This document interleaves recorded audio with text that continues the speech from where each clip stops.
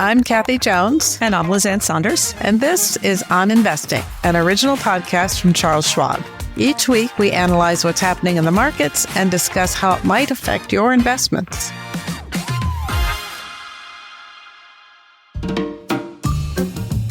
Well, hello, Lizanne. Lots of headlines to discuss again this week. Some of them revolve around tariffs and, of course, Greenland. What do you make of what's going on in this latest round of international affairs? You know, it reminded me a bit of the first week in April of last year when there was certainly anticipation of the so-called Liberation Day announcement of tariffs, but prior to the actual announcement, it was a somewhat benign assumption about what would be announced, and what we actually got was much more significant, and markets went into a tailspin. And it was the trifecta of weaker equity market, bond yields spiking, which meant bond prices going down and the dollar going down. And we had that a bit yesterday, exacerbated by what happened to Japanese bond yields as well. And I'm going to turn back to you in a second for your thoughts on that. But you know, as we're taping this, it's the day after that tumultuous day. That was the initial reaction, and we're seeing a bit of a rebound. I think the reaction, again, was a combination of the trifecta of market weakness and the fact that the trade war is back in the spotlight, and more meat being put on the bones of what this is likely to mean, not just to the U.S. economy, but European economies. I'm going to go off on a slight sidebar here now that tariffs are back in the spotlight. I did an event last week, and it was with a relatively senior person, and who was the moderator.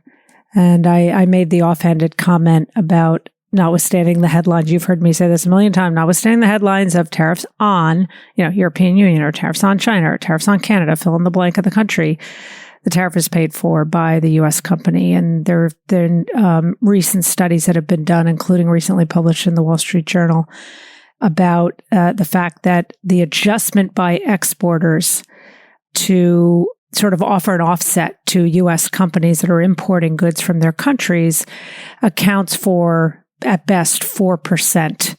And that means that 96% of the cost of tariffs are being borne by the combination of companies if they are eating it in their business and eating it in their profit margins, and consumers via the pass-through from companies to consumers. So I think we're now facing another escalation of a trade war in an environment where there seems to be at least some broader knowledge of who takes the hit when it comes to these trade wars. So that may be a component of why we saw market weakness. The other interesting thing is, yet again, we saw a surge in precious metals. So, prior to the early action this week, that was pretty tumultuous, I was getting a lot of questions around, why do you think the market has been so calm and basically is ignoring all these geopolitical concerns, whether it was Venezuela, more recently Greenland, now a relaunching of a trade war with the European Union? And my response was, well, we may not be seeing it directly yet in terms of equity market weakness and or volatility, but the continued surge into asset classes like gold and silver has sort of been, for lack of a better word, the play by investors. And that's where the momentum has been. And this is still a very momentum-driven market. We've historically thought of momentum as generically areas like high beta and tech within the equity market, but momentum can be in anything. In this case, it's in those perceived safe havens that are precious metals. And on a day like today, as we're taping this, where you see a little bit of a rebound, I think that also reflects that at least among the retail traders, which have become such a powerful cohort driving a significant amount of daily trading volume, they're still believers in the combination of buy the dip, the so-called taco trade, which stands for Trump always chickens out, thinking back to what happened on April 9th in the aftermath of the turmoil that was unleashed on April 2nd, where the decision was made on the part of the administration to delay by 90 days the tariffs, and the market took off like a rocket ship. So I think there's the muscle memory of that it sort of reinforces the notion of buy the dip as the right move. Whether that can persist on an ongoing basis. I don't know. I think it was last episode you and I talked about a bit of complacency, and I know you felt that in the bond market. So I'll turn it back to you on your reaction to what happened in the bond market on that difficult day, which, as we will launch this episode, was, I guess, 3 days prior. I always want to put individual days in the context of when people will be listening to you and I ramble on here. Yeah, I think it's, as you mentioned, kind of the combination of what is happening in Japan's bond market, and the unsettling nature of this whole Greenland discussion, and the potential for some sort of conflict with the European Union on trade. So just to sort of back up, in Japan, there's a new prime minister. Her policies include increasing fiscal spending at a time when inflation's near 3%. So she's advocated also a weaker currency to help stimulate export growth. So very pro-growth kind of policies at a time when inflation is the highest level in Japan has been in decades. Meanwhile, the Bank of Japan over the last couple of years has been trying to normalize its policy after decades of holding down yields by holding the majority of the government bonds. So, Japan has by far the highest debt to GDP ratio among any major developed country at about 230%. So you have a combination of the central bank taking its foot off the brake and saying, okay, we're going to let these bond yields rise. And then you have the prospect of higher inflation and higher fiscal deficits, and that's just sending yields higher there.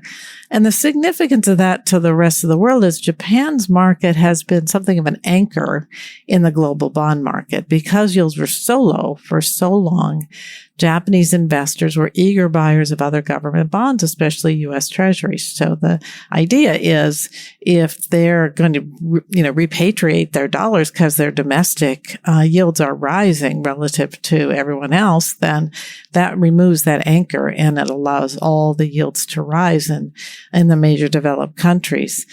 And then we get the uproar over Greenland and what does it mean? Are we now entering a trade war with our closest allies at the European Union?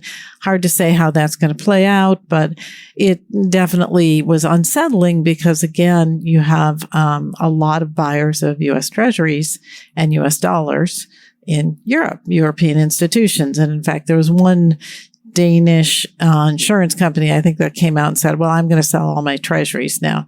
So you have a situation where everything's sort of coming again, as it did last April, sort of to a head. So we've got the prospects of inflation here, still stuck kind of close to 3%. You have the potential weakening of Fed independence. We're going into the hearings about Lisa Cook, and we'll see where that goes, whether the administration's able to remove someone from the Fed. We have higher fiscal deficits in the U.S. due to one big, beautiful bill. And then, the market's queasy about international developments. So, frankly, as we mentioned last week, it just seemed the market was too complacent. And we did see the dollar sell off somewhat as well. I think it's an exaggeration to say this is a sell U.S. kind of market in the long run. It's just really hard to replace U.S. treasuries and U.S. dollars in the global financial system. But as you mentioned, people are going into things like gold as an alternative. So I think that's kind of the play that we're in right now. We'll have to see how it all turns out, that these policies move through time very quickly, I think, as we saw last April. So it may be, again, some sort of reversal or some sort of calming comes into the market. But I am not surprised. I guess I'm only surprised that it took so long for the dollar and the bond market to kind of catch on and say, hey, things are a little unsettled right now. I think we're in for a stretch of kind of volatility and a bit of a rough time in the markets until we get, again, waiting for clarity. Lizanne, one question I want to ask you is about stock market volatility. We start, I'm sure, as I have gotten a flood of inquiries about what's going on in the market and how to manage through it. I'm sure you've gotten up plenty of client calls about, okay, now what do I do? If I'm a trader, you might have some ideas of how to trade it. It might be welcome. But for a long-term investor, somebody that's retired, What do you have kind of in mind for what those types of investors should be thinking about?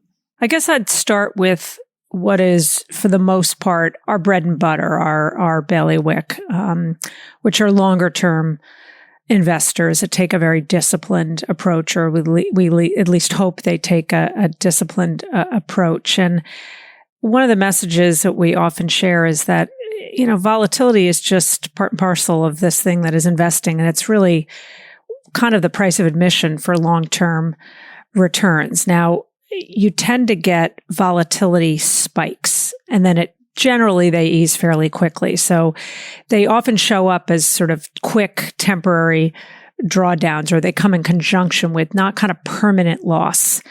And we know that equity returns are historically lumpy. They can come in short bursts. In fact, what we often remind people, if we get a really extreme up day in the market or a really extreme down day in the market, historically, they often come somewhat back to back. Some of the biggest up days have often followed within a few days, if not the day after some of the weakest days, and vice versa. And I think for long-term investors, a spike in volatility should not be a signal to trade. And one of the sort of action items we've been suggesting during periods of volatility, to the extent you can manage it for, tax implication reasons, other turnover reasons, is volatility can often present itself as an opportunity to rebalance. So I would say the reword that is applicable for long-term investors to volatility is don't react, but consider rebalancing.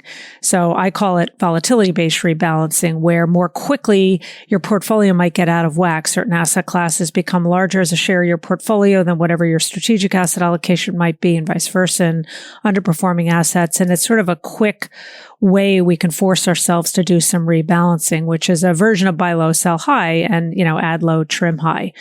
Now, in terms of more active traders, the retail traders we often call the cohort, for the most part, they like volatility. It's hard to have a trading edge without pops in volatility, and it kind of widens ranges. It does, in the mindset of a lot of traders, kind of improves the risk reward balance, but it also can raise the cost of making a mistake. And that's why you want to be mindful of sort of overconfidence and leverage, because I think that's what gets punished when you have these periods of volatility is, either complacency, as we already touched on, or more extreme overconfidence. And I think you still, even as a trader, you still want to apply those disciplines.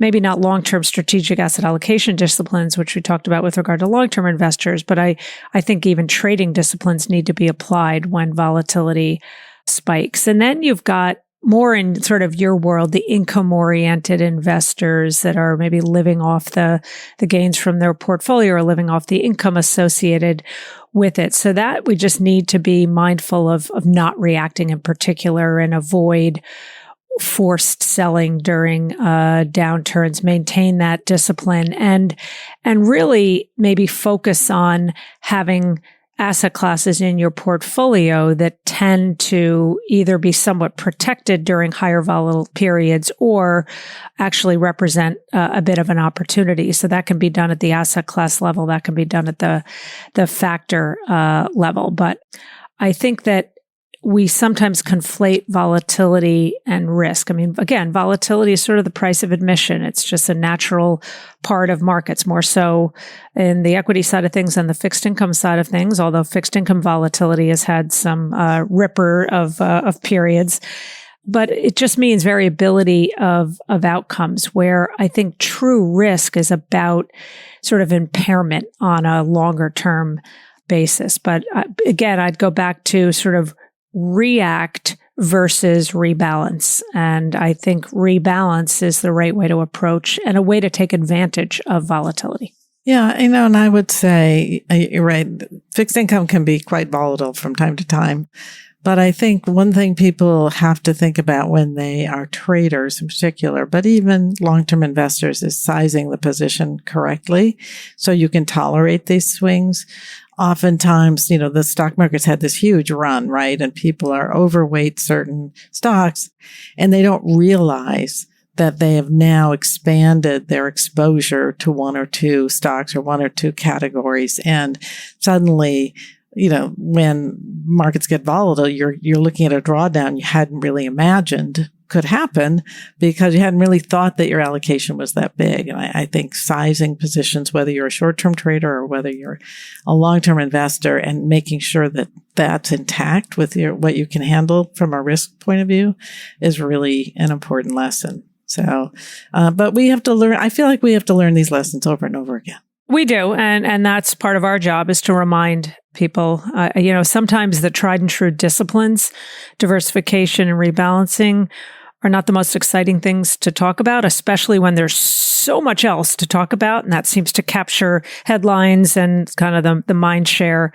of investors. But the reality is, it is those tried and true disciplines. They might not be as interesting to talk about, but we always take advantage of periods of volatility to talk about the what and the why and the how, but also remind people that ultimately we have to come back to those traditional disciplines.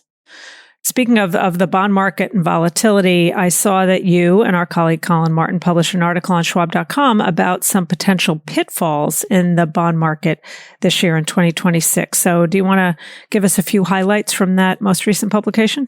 Yeah, I'll just summarize it real quickly because it's pretty easy to go on schwab.com/learn and find it. So we had done, like, as you have, our outlook for 2026, and it's a fairly benign outlook. We expect positive returns, but not as great as last year in the fixed income markets. But as we sat down to kind of start the year, we looked at it and said, we should really discuss the risks to the outlook because there is so much volatility. And it's always good to be kind of aware. We don't want to overemphasize risk, but we do want to make sure that people are aware of what the risk to the outlook is if we end up having to change our minds about our expectations. So just quickly in summary, inflation, surprises in either direction can certainly move the bond market. And, we'll have to wait and see how it all plays out, but it's stuck again between 2.5% and 3%. If it were to suddenly tick up for a variety of reasons, like expansive fiscal policy, a weaker dollar, there are things that could drive inflation higher. I think that would take the market a lot by surprise. Inflation coming down would be welcome surprise. I think, there's a potential for that, but probably less disruptive outcome than if inflation goes up than down more than expected. The second is changes at the Fed. We've got a lot of drama around the Fed and rotation, who will be the next Fed chair, whether or not the administration can succeed in removing people from the Fed. All of that can weigh on the market, the bond market, because of uncertainty about where policy goes from here. And that can cause some disruptions in the market. So it's something we're keeping an eye on. And then the last would be some sort of unforeseen credit event. Again, we don't really see a lot of cracks in the market, but there is a risk perhaps that there's some buried bodies out there that happens from time to time, or something emanating from private credit, because we have a lot less transparency there. If that were to affect a major institution in one way or another, that could be a credit event that the market's just not priced for. So not to emphasize the negative, but just to emphasize, we come up with expectations, a forecast, but there are lots of risks around those forecasts, and we do review it periodically and say, should we change our minds about what we expect for the coming year? And so that was kind of the idea behind that publication.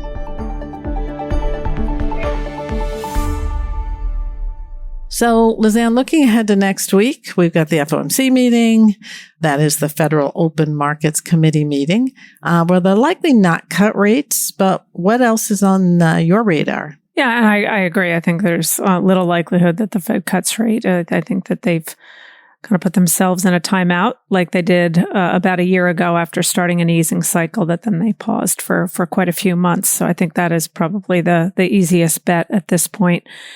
In terms of data, GDP comes out for the fourth quarter, and that is obviously a backward-looking number. It's highly subject to revision. It doesn't tend really to be a big market mover. But what's interesting now is that there's a well-watched metric put out by the Atlanta Fed called GDP Now. New York Fed has a version of it that they call their Nowcast. And the use of the word now within the title of these indicators is because they are what's called nowcast. So they're taking data as it comes in throughout the course of the reference period, the quarter, and then they regularly update based on the data that's in hand. So it's not really a forecast. It just represents the data they have up to this point.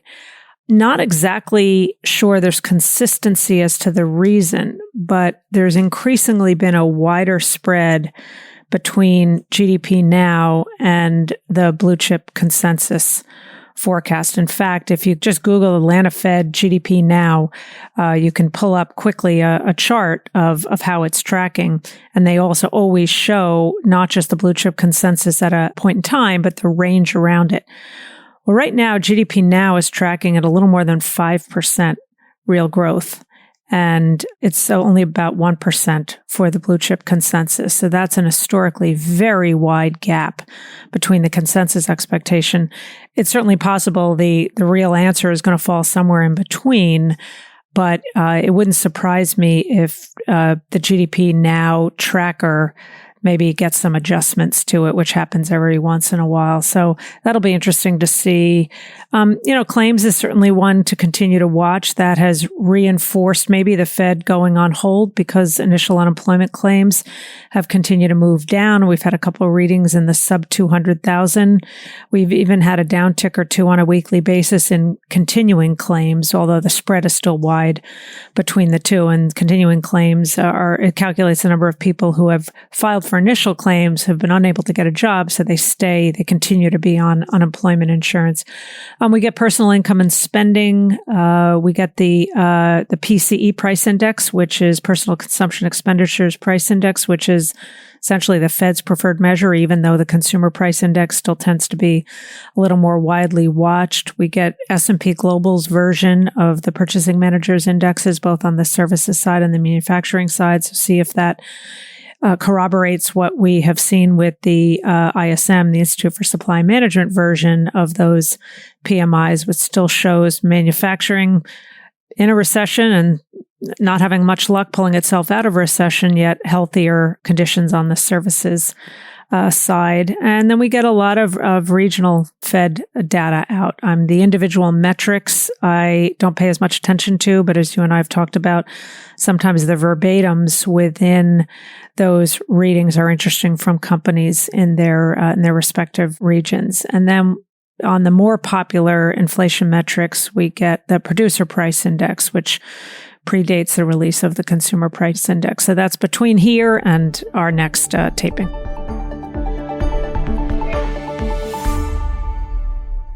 So that's it for us today. Thanks as always for listening. As a reminder, you can keep up with us in real time on social media. I'm at Kathy Jones on X and LinkedIn, and that's Kathy with a K. And I'm at Lizanne Sonders on X and LinkedIn, and you can always read all of our written reports. They always have lots of charts and graphs, and you can find them on schwab.com/learn. And if you've enjoyed the show, we'd be so grateful if you would leave us a review on Apple Podcasts, a rating on Spotify, or feedback wherever you listen. And please tell a friend or more about the show. We will be back with a new episode next week. For important disclosures, see the show notes or visit schwab.com/oninvesting, where you can also find the transcript.